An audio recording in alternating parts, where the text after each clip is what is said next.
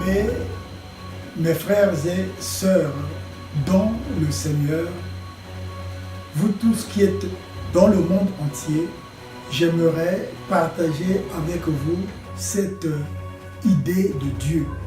Parce que la parole de Dieu nous dit que nos pensées ne sont pas les pensées de Dieu et les voies de Dieu ne sont pas nos voies.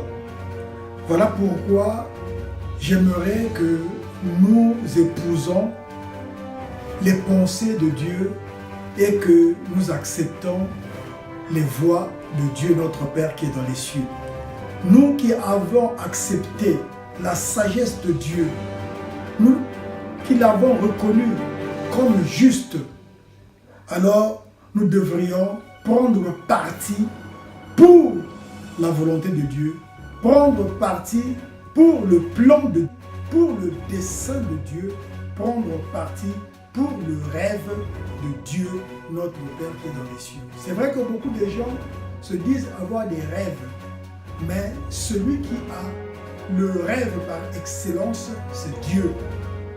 Depuis le jardin d'Éden, le commencement de la création, Dieu avait un rêve et il a un rêve et il veut réaliser son rêve, c'est-à-dire régner dans les cieux et sur la terre, afin que sa volonté soit faite sur la terre comme elle est faite dans le ciel.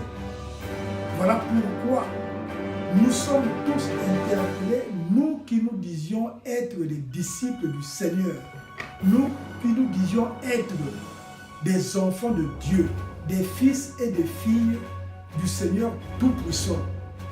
Nous avions tous un défi à relever. Et ce défi, c'est de faire régner le Seigneur sur la terre, de faire régner Dieu dans ce monde. Oui, c'est le défi que nous avions, parce qu'il faut que le Seigneur Jésus-Christ règne et que Dieu, le Père, règne parfaitement sur tout. Dans cela, nous allons voir la parole de Dieu qui nous dit dans le livre d'Apocalypse, au chapitre 11, le verset 15, nous lisons: le septième ange fait sonner sa trompette dans le ciel. On entend des voix fortes. Elles disent: maintenant, le pouvoir de gouverner le monde est à Dieu notre Seigneur et à son Messie. Il sera roi pour toujours. Et lorsque nous prenons Apocalypse 17, le verset 12, il est dit ceci: les 10 cornes que tu as vues sont 10 rois qui ne gouvernent pas encore, mais ils recevront le pouvoir de gouverner avec la bête pendant 1 heure. Tous ces rois veulent une seule chose: mettre leur puissance et leur pouvoir au service de la bête. Ils vont lutter contre l'agneau, mais l'agneau sera vainqueur, parce qu'il est le Seigneur des seigneurs et le roi des rois.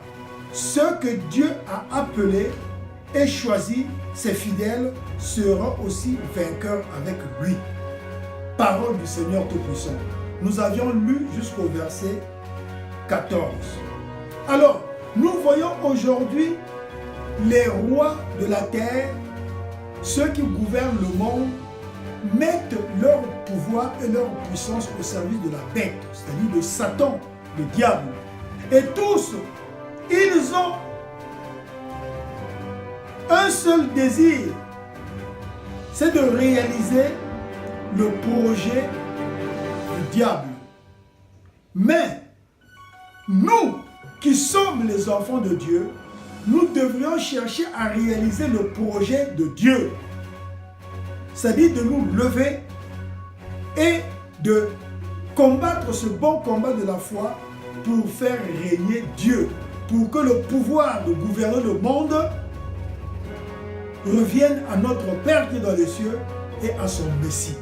C'est pourquoi, comme le Seigneur nous le dit, de faire donc plutôt du règne de Dieu notre préoccupation première, tous nous devrions nous lever à faire ce travail, en sachant que le règne de Dieu est une affaire de justice, de paix et de joie que donne l'Esprit Saint. Pour cela donc, recherchons ce qui sert la paix et ce qui construit la nouvelle société. Cette nouvelle société où habitera la justice que Dieu demande et où régnera la paix que le Seigneur Jésus-Christ nous a laissée et il nous a donnée. Voilà le message que je voulais partager avec vous, mes frères et mes sœurs du monde entier. C'est le défi que nous avions à relever tous pour la plus grande gloire de notre Père qui est dans les cieux, pour le plus grand honneur de notre Seigneur Jésus-Christ et pour le plus grand bonheur de tous. Amen. We are gonna be by your side. 10 times when I don't get to stick out, you dey by my side. So make a day your body like skin tight.